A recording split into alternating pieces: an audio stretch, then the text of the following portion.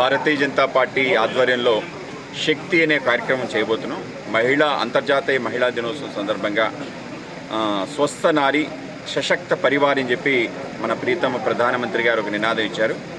ఆరోగ్యవంతమైన మహిళ ద్వారా ఒక శక్తివంతమైన కుటుంబం తయారవుతుందని, మహిళా కుటుంబం ద్వారానే సమాజం నిర్మాణం అవుతుందని ప్రకలంగా మన ప్రధానమంత్రి గారు నమ్మారు. కనుకనే ఈ యొక్క కార్యక్రమాన్ని పెద్ద ఎత్తున చేసే విధంగా గతంలో ఒక నెల రోజుల పాటు ఈ కార్యక్రమాన్ని దేశంలోని అంగన్వాడీ కేంద్రం, ఆశా వర్కర్స్ ద్వారా చేయడం జరిగింది.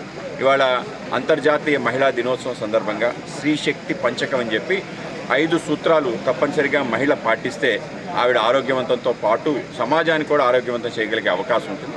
ఆ విధంగా ఆవిడ గర్భం ఏదైతుందో గర్భం ప్రపంచాన్ని సృష్టిస్తుంది. గర్భం ఏదైతుందో కేవలం మనం బిడ్డని కనడంతో పాటు మొత్తం పోషణ కూడా చేస్తుంది.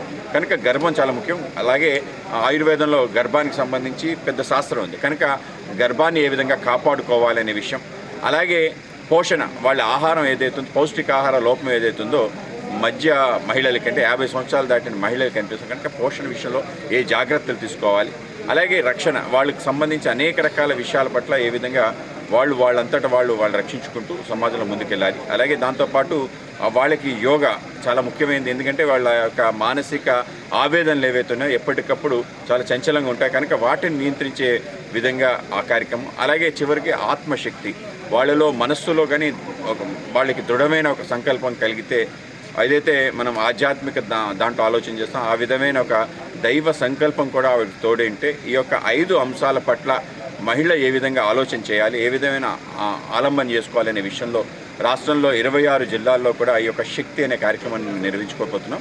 ఈ యొక్క శక్తి అనే కార్యక్రమం ముఖ్యంగా ఆయుర్వేదిక్ సంబంధించిన ఈ యొక్క గర్భ సంస్కారానికి సంబంధించిన ఏ అంశాలు అవుతున్న వాటిని చెప్పడంతో పాటు అనేక రకాల విలువైన మన యొక్క సంస్కృతిలో మహిళకు సంబంధించిన ఆరోగ్యానికి సంబంధించిన విషయాలు ఏవైతున్నాయో వాటన్నిటి సుశ్రుత సంహితలో కానీ మిగతా ఏదైతే ఆ అష్టాంగ యోగాల్లో చెప్పింది అవన్నీ కూడా ప్రదర్శన ఉంటుంది. అలాగే వాళ్ళందరికీ వాటిపైన పీపీటీ ప్రజెంటేషన్ ఉంటుంది. రాష్ట్ర వ్యాప్తంగా అందరినీ కూడా రిజిస్ట్రేషన్ చేయించుకోమన్నాం. ఆ విధంగా 26 జిల్లాల్లో కూడా రిజిస్టర్డ్ మహిళలు రాబోతున్నారు. ఆ విధంగా ఉదయం నుంచి సాయంకాలం వరకు ఈ యొక్క కార్యక్రమం ఉంటుంది. క్యాంపు, అలాగే అవగాహన, తర్వాత వాళ్ళకి చికిత్స కూడా ఉంటుంది. ఆ విధంగా ఒక వినూత్న కార్యక్రమం ఆంధ్రప్రదేశ్లో మహిళా దినోత్సవం సందర్భంగా చేస్తుంది.